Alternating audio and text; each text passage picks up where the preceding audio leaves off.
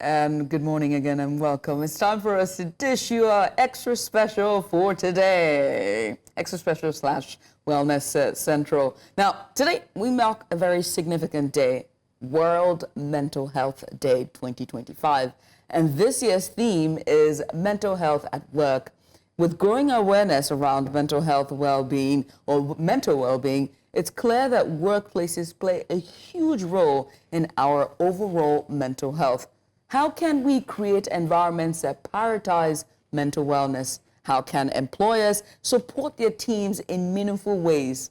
To help us explore these critical issues, we have two special guests joining us today. Yes, indeed, joining us today, first off, Tunmise Kuku. She's been on the show before, and now she's a friend of the house. She's a passionate mental health advocate who has been instrumental in raising awareness about mental health challenges in the workplace. And we also have joining us Eniola Bello, the founder of Mindsplace, that's Mindsplace, a leading provider of comprehensive mental health services dedicated to fostering well-being and connecting individuals with professional support.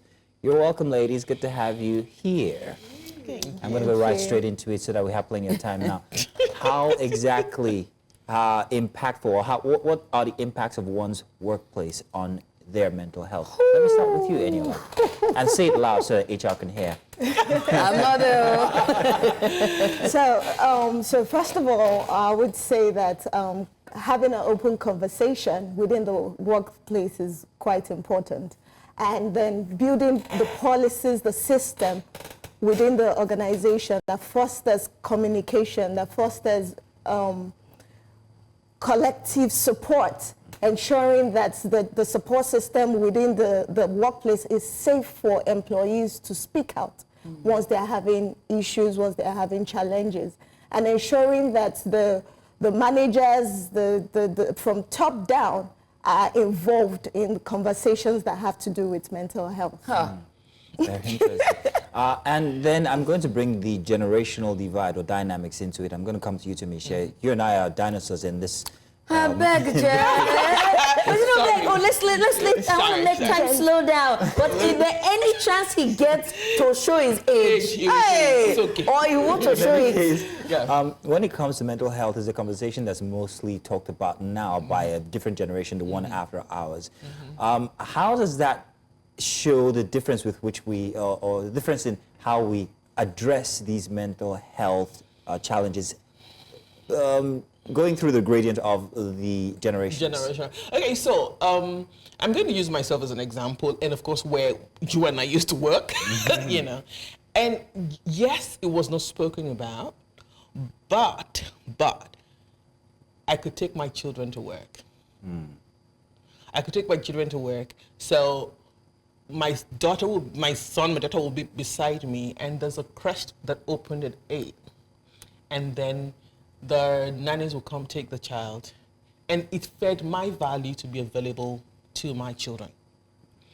So maybe they weren't talking about it, but they did something about it somehow. That for me personally fed me, and it closed my eyes to the toxicity that was in there, because I was there for my family, and that was okay for me. So generationally, of course, there's these children, I hear it all the time, these children are always talking about protecting mental health, you know. And that is no fault of theirs, because they weren't raised that way anyways. They were raised to be, their type of resilience is long-suffering, I think, rather than, you know, is long-suffering. So they don't understand that taking breaks, being able to serve yourself, being able to speak to the overcrowded thoughts, or overcrowding thought is a thing, and that's the way to build resilience. For them, you have to go through to build resilience. So I think that's where the difference is. I'm so glad we're having this conversation about generations, because I always find it weird. I wouldn't say funny, but weird when people call out the Gen Zers for always saying, I'm going to protect my mental health. And There's so a collective nodding of head. I always find it weird, because it's like, you understand this is a younger generation who's never been at a capitalist, you know, working environment as toxic as because the thing about the older generation, and that is the baby boomers and the Gen Xers, is that they expect you to go above and beyond. And the Gen Zs are just coming as like, is this please, No. that's not us, we're leaving, you know. And it's hard for them and those who are at the managerial level to understand. They would rather be home chilling because they know that there are so many options available to them to survive in this capitalist world that we live in than to slave for the man. And so I find it very, very interesting when people always call out them. Yeah. It's interesting. Yeah, okay, you can say.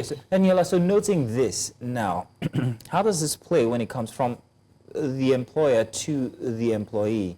How should this play? What should be considered as an employer? Okay, so as an employer, it's what I advise, because my background is also HR, so I can speak from that point, right? Is to understand and be flexible. Flexibility is what the world should be. So once you understand the generation that occupy your organization, you should tailor your policies, your processes to fit them. So take, for instance, before COVID, some organization had bought into the flexible working method, but COVID situation enforced it, especially for the baby boomers that didn't accept such processes. You understand? So you have to be more flexible. What kind of work method do they want? They want to work from home. They want the flexible laptops, not the desktop, things like that. Make them feel like it is not work they are doing. Make work feel enjoyable for them. And trust me, once you are flexible enough to get the best out of them, rather than them frustrated about being at work, help them to thrive at work. You will get the best of them and the productivity increases for them. Mental health is often stigmatized, right? Definitely. And those who are the home of affairs, especially in the workplace, where people may feel pressure to always be strong and productive, and when you're not, it's like, this person is not a serious person, you don't want to be a joker, you know. And so with that, what are some practical steps that you'd advise, you know, especially for those, not on the managerial side now, but for those who are employees who are coming in, who cannot continue? What would be some practical steps you would advise them? I know. Okay, so, at the risk of sounding like a beeping flip, yourself first. There's if you understand yourself, yeah, there's nothing any toxic manager is bringing to you that you would not be able to create healthy boundaries around, right? People think when you talk boundaries, you're talking anger, you're talking hatred, no. Tunmise, I'm so glad you're saying this, because a lot of people think that boundaries meaning that you're stubborn or that... No. Well, boundaries, so what mental health is okay, what I'm protecting my mental health is, okay, I understand when I'm high, I understand when I'm low. I have found an equilibrium for myself. I don't want you coming to disrupt that. Because if you disrupt that, I won't give my best. Is that what you want? That's boundary. Right. That's all it is. Right. So it's how we communicate. They'd be like, oh, who does she think she is? Who does he think he is? Yeah, but it goes the way you communicate it too. Understand? And understanding yourself, putting yourself in a place that, I understand what you're trying to say, boss, but right now, if you want me to give, again, it goes back to generations that Mazzino spoke about. The generation ahead of us don't want to be spoken with. And when we're speaking with them, they take it as being spoken to. I've got to compute that for a second. Okay, compute it. To Say that again for those at the back. spoken to. Okay. Yeah, so they think we're speaking to them. Yes.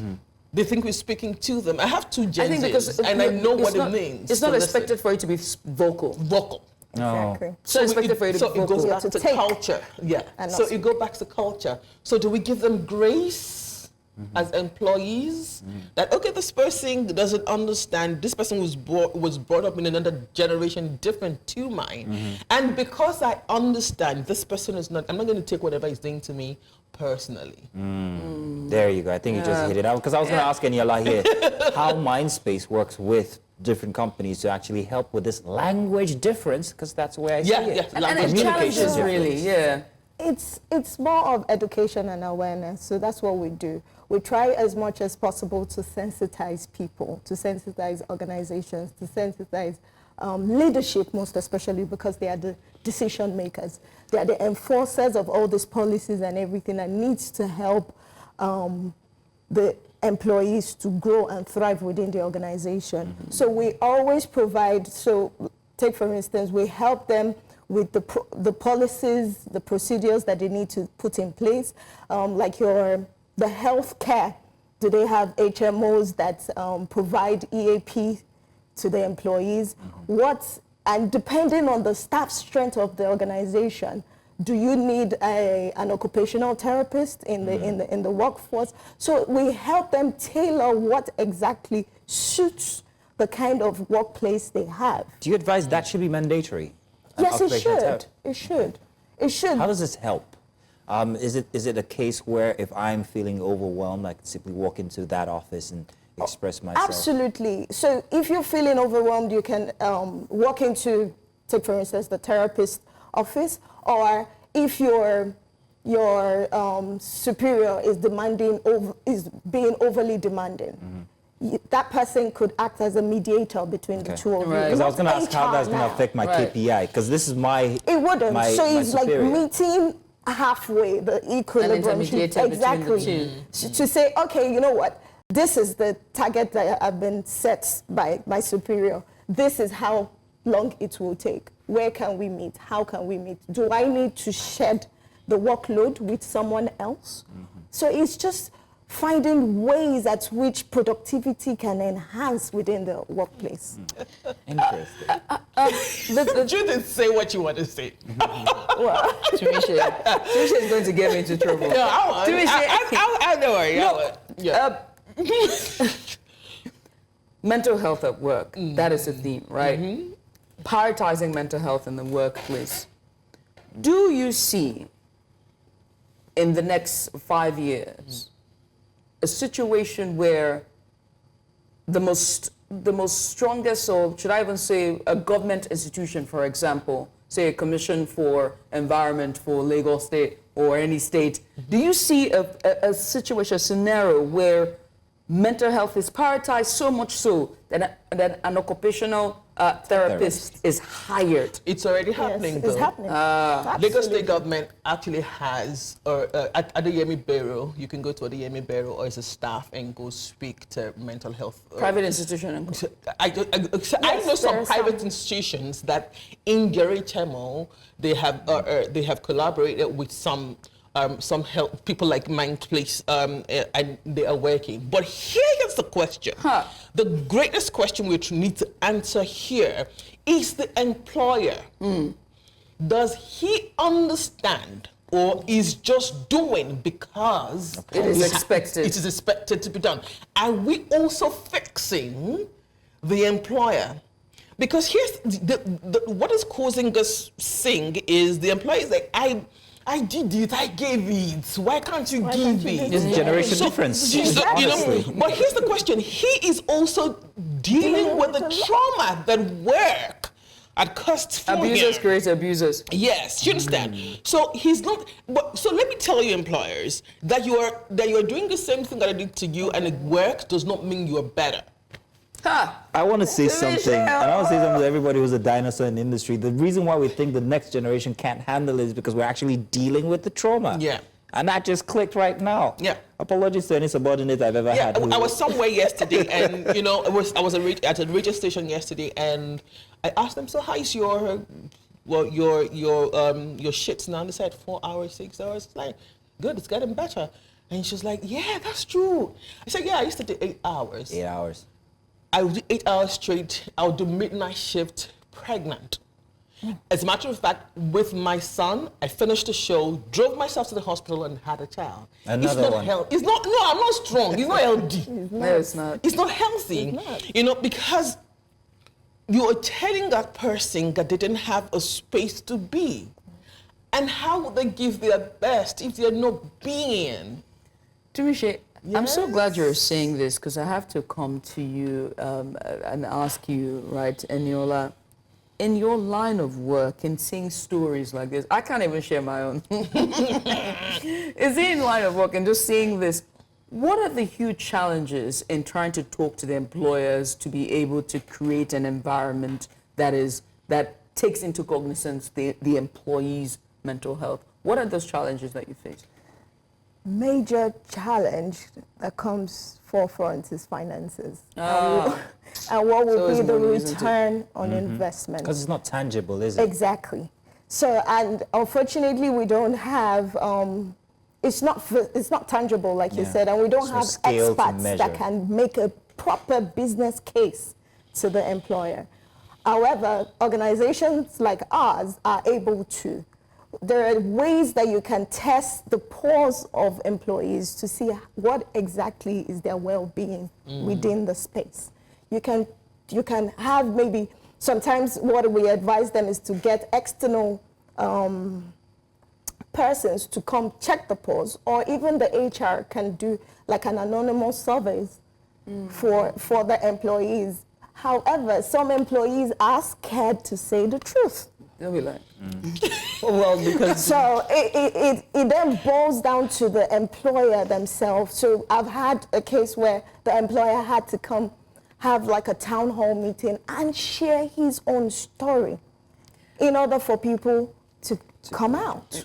well, now that we're here, there's one culture that is so rife and rampant in every workplace, and that is the baptismal of fire that they like to get the newcomers to go through. Please, can we just talk? It's not fair. I'm sorry, what's wrong with that? Mizino. And I'm saying this to actually share an opinion, to share an opinion by a group of people, which Right. is that's what actually makes you stronger. That's what actually puts you through the fire. But the as it evils of is. that is- And I'm expecting to be corrected. So please go ahead. I with don't have a this. problem with it, actually. You don't have a problem? Let me explain. Oh, sorry. That's Good. I don't have a problem because life cannot be cloudy, you know. But I have a problem with how it is done. Okay. I have a problem with how it's done. You don't say you want to. Baptism of fire, the person that is supposed to relieve you, everybody else knows that the person is not coming, just you. Yeah, and they throw you to the deep And they end. just That throw is it. throwing you to the deep end, That is though. not fair. That's because this is That Sparta. is throwing you to What the are you deep talking end, though. Now, Tunmise, that's what I'm telling you is that they intentionally choose to be mean and choose to make you cry. No, Come on that's now. hazing. And then you are And that's bullying as well within the workplace. That's hazing. But And then they call it baptismal of Now, fire. that's a different thing, Judith. I think that's hazing. Like that's you do- that's very hazing. different. But if it is the fact that this person has been training for a bit, and you think it's time for you to allow the person some test it. space Yeah. and test it, Yeah. I don't have a Yeah, you problem can throw with them that. to deep But end and if see it how they is- swim. If it is, and then be there Yeah. as a Exactly. supervisor Yeah. when they're swimming, and Yeah. just cover around. and just cover. But when it is intentional, as you said, it's demeaning. It breaks the person's Self-esteem. self-esteem, and that takes a lot of work to get back. It can even That put is the a person lot on of work to get PTSD. back, and then we all start wearing masks, and then Look, we're out of time. All right, this is this. I look forward to this conversation from the beginning to the end. I'm so glad we had We it. must have a bigger, A much bigger, robust yeah. conversation on this. Eniola Bello, founder of Mindsplace, and of course, a mental health advocate and a friend of the house, Tunmise Kuku. Both of them, ladies, thank you. You guys have been Thank you sublime. so much.